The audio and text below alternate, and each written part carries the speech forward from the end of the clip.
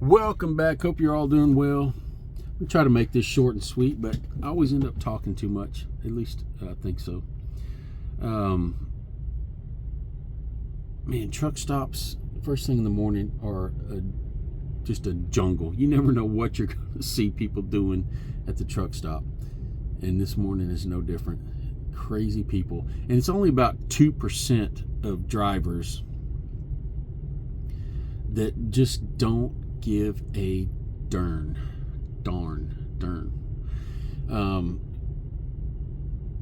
They don't care. They don't think about anybody else but themselves. It's amazing what they'll do. But anyway, on the outskirts of Houston right now, and I'm no longer on my dedicated run. I gave that up because it was winding down. It was slowing down, and I can take a week, maybe two of a slow runs, but after that it's just killing my profits. So that dedicated run, it was very nice starting out. I booked it on a Sunday. I'm on the load boards all the time, so I booked that one on a Sunday, and they said it might turn into dedicated, and it did. And for about 3 weeks I did 5 loads the first week, 5 loads the second week, 4 loads the third week. And after about the second day, where I was delivering, the guy up there is just a super good guy. It's just one of those times where you meet somebody and you just hit it off. And I sat there and talked to him for an hour and a half that first day. Just a super good guy. And I've delivered at that particular location. I've delivered up there many times over the years. And so that guy, we kind of hit it off, and he just, super good guy, like to talk.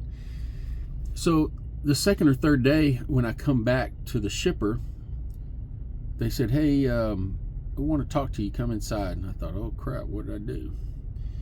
He said, listen, we think we're paying too much for this load, and we want to cut out the broker, and we want to just pay you, and so we can pay you more and we can end up paying less. And I immediately said no. And I think I mentioned this in another video. The problem with that is, if you're thinking about going out there and getting direct shippers, the one thing that you've got to think about is your payday. Direct shippers pay on a net 30, which, well, some of them want to pay on a net 45 and some want to pay on a net 60. But a net 30 usually doesn't mean you get paid 30 days after you do something. It just means it's going to be at least 30 days before you get paid. And I've seen too many, over the past couple of years, I've seen too many companies go out of business and not pay their drivers a dime, just go bankrupt, and then those drivers are out of luck. I book all my loads through brokers and agents, except for a very just one account. But I book all my loads through shippers and agents, and because I do factoring, and that means my money is guaranteed. I pay a small percentage for that, but I get paid the next day, and I never from that point on have to worry about tracking down an invoice or worry about tracking down a payment. My work is done. And just recently, I did a load for, was it Convoy? No. I did a load for somebody, one of these companies that went out of business, and the factoring company called me and said, hey, we're charging this off and we're paying for this, so it's no money out of your pocket. If I had not have factored that one, I would have been out $1,000, and that's happened a couple of times. So if you're thinking about getting direct shippers, just keep that in mind. You're not going to get paid for 30 days. You're going to have to run for 30 days, pay for your fuel, your food, your insurance, and then hope and pray that you get paid on time, if you get paid at all. It's a lot of people are doing it, and I don't do it. So when they offered that to me, I immediately said, no, I can't do that unless you're going to set up an account with my factoring company. And they didn't go for that. So a couple of days go by, I do a couple more loads for them, and they said, listen, they had a brand new truck sitting out there. Excuse me. And he said, listen, I don't want to, very nice people. He said, I don't want to take you by surprise, but we're hiring a company driver next week, and he might take over these loads for you. And I said, okay, that's no problem. Thanks for telling me. You know, I could plan on that. So a couple of days, well, about a week goes by, no company driver yet. And I asked him about it. And he said, well, things have kind of changed. And they said, the guy doing the ordering up there, he really likes you. Our guys in the warehouse, they really like you.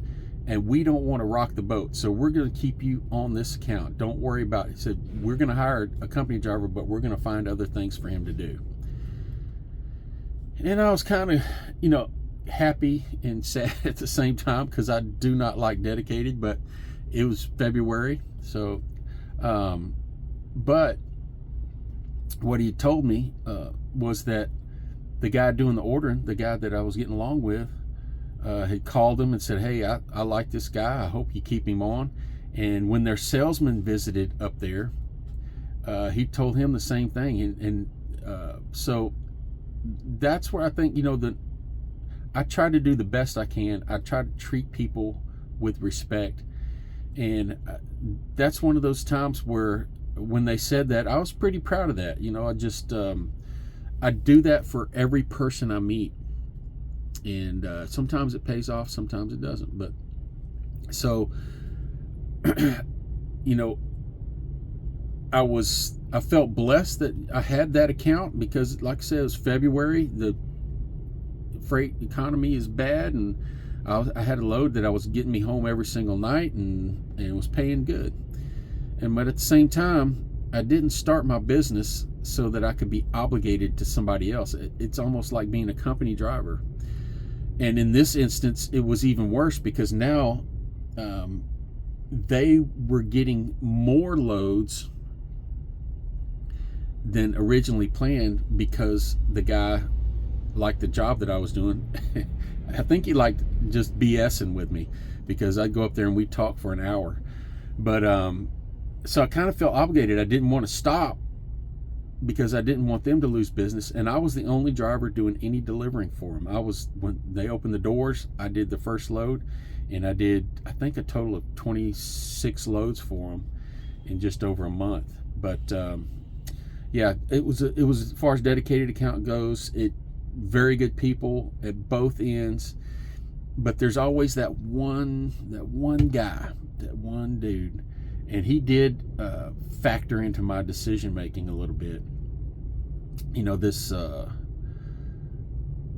had worked it in a way that I ended up bringing an extra empty trailer, so that I had a loaded trailer when I showed up. So there was no, when it first started out, I was bringing an empty trailer back and waiting for them to get me loaded, which was an hour and a half to 2 hours or more. And I talked them into getting an empty trailer brought down there. I don't know if I talked them into it or it was already in the plans, but that's what ended up happening. And eventually I had 2 trailers that were loaded down there while I was bringing an empty back. So there was no reason for me to pick up at any certain time, because where I delivered, they were open 24/7. So I showed up one morning, and there was a guy out in the parking lot with his hands crossed on his chest looking at me, and I got out of the truck, and he said, he looked down at his, you know, one of those things, he looked down at his watch and looked up at me, and he said, "You're late." And for me, that flips that switch. And it could have gone either way. You know, I had the paperwork in my hand, and, you know, he's at that point, you know, when people do stuff like that, they're trying to get a reaction. And I said, am I late? And he said, well, you're normally here at this certain time. And I said, yep, that's Houston traffic for you. And he didn't say anything else that day. And it was probably a good deal for him and me, because I just don't like when people do that. And he made it known in a couple days later that he wanted to be in charge, and he wanted me to do things sort of his way. And he let everybody else there know that, you know, he wanted to do things his way. And when he normally came out there, he made things worse. And so that really did figure in a little bit in my decision making. So anyway, I told him on Monday it's going to be my last week. The guy doing the ordering said, hey, there was only 3 loads the week before. There were going to be 3 loads this week. And he said, hey, next week's only going to be 3 loads, and they're going to be moving sites, and they'll probably be ordering less. So I knew it was just the writing was on the wall there. So I could do 3 loads a week. I could still make a decent profit. But the way they wanted me to run it, I could never fit in an extra load while I wasn't running for them. They always wanted a trailer hooked up to my truck, and I can't do that. I don't want to be under that obligation. If I want to take a week off, that's what I want to do. So anyway, we moved on from that, and I want to go over sort of kind of my numbers for January and February.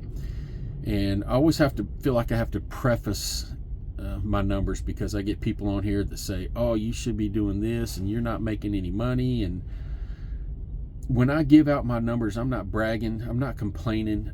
I give you what I make and how much time. Usually I was doing it every week, but I stopped doing it as much. But I usually tell you how much time it takes me to do that. I see a lot of guys on YouTube, they're telling you, hey, I made this amount of money, but they don't really give you any details. They don't tell you how long it took them to make that amount of money, which matters to me. So, and if you're not familiar with my videos, they're more for people who are just starting out, or people who are looking to get their own authority, and they just want some hard numbers they can write down and see if they can pay their bills and their truck payment and their insurance. That's mainly what when I'm throwing out these numbers, that's what they're for. And I know I have lots of subscribers out there who've been doing this a lot longer than I have, and I get a lot of good info from them. So, you know, you get in the comments and you can find a lot of good info down there with me going back and forth and learning things from them and what have you. So just keep that in mind when I'm throwing out numbers. So in January, I made $29,000, and there was 1 week in January where I just didn't care about what loads I was taking, what the rate was. I just wanted to drive. I didn't want to have to worry about the load board, so I got on there, and the load that paid the most, I got on there, tried to negotiate, and I just went. And I think I did 4,000 miles in 1 week, and it was made, I think it was $9,000 or something like that. So keep that in mind. In January, I just did a lot of miles in January, and so it was at $29,000. But for February, I made almost the exact same amount, $29,000, but it was in a little bit different way. I was home almost every night on that dedicated run, and the rates were higher, so it came out to be a lot better as far as profit goes.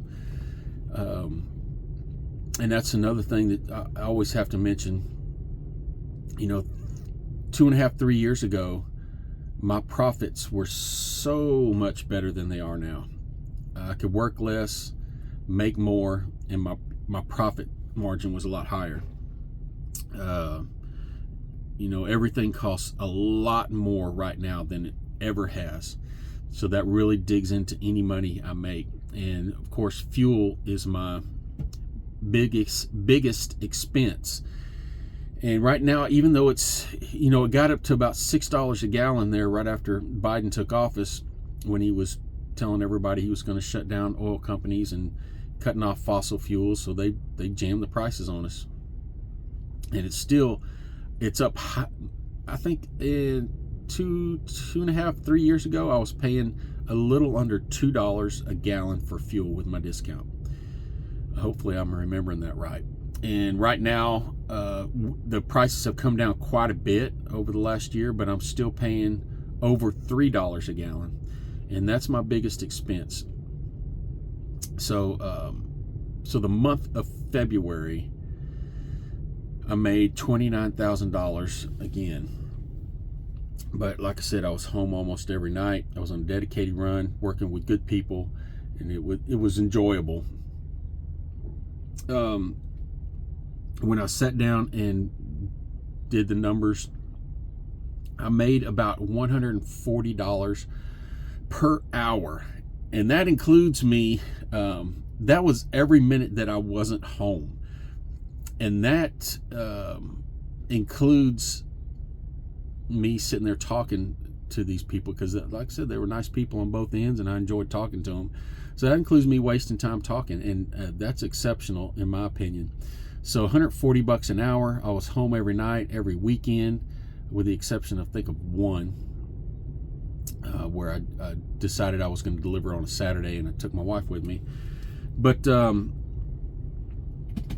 you know, I used to call that my happiness factor, and it used to be a lot higher, but you know, $140, I'll take that.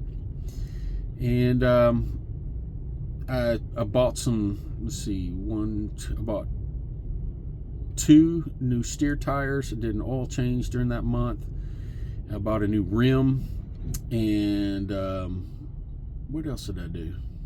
Oh, I changed out the carrier bearing on my drive shaft, and I changed out a hose, an air hose that had a small leak on it.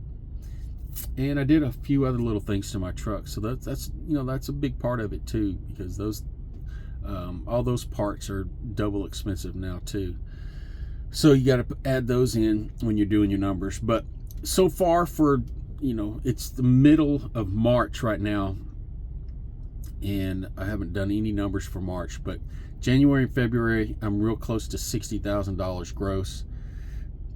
But in my opinion, you know, you always have to compare it to what you think is a normal freight market.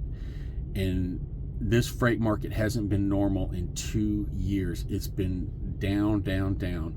And I've heard lots of theories as to why it's down. And, you know, one of the things is there's an overcapacity of drivers or trucks. And I guess, you know, that's, you know, I've said that before myself, but I don't really know what it is. I would just be guessing, but it's down. You know, it's hard to compare it to 3 years ago when the rates were good. I think 2018, somewhere around there, is the best I've seen it. But you know, a normal freight market to me wouldn't necessarily include you know, rates that are extremely high. It would just be more, for me, it would be better if there were more choices. And they're just, right now, there's just not a good amount of freight going around. So hopefully, fingers crossed, I'm seeing a little bit of the rates going up right now.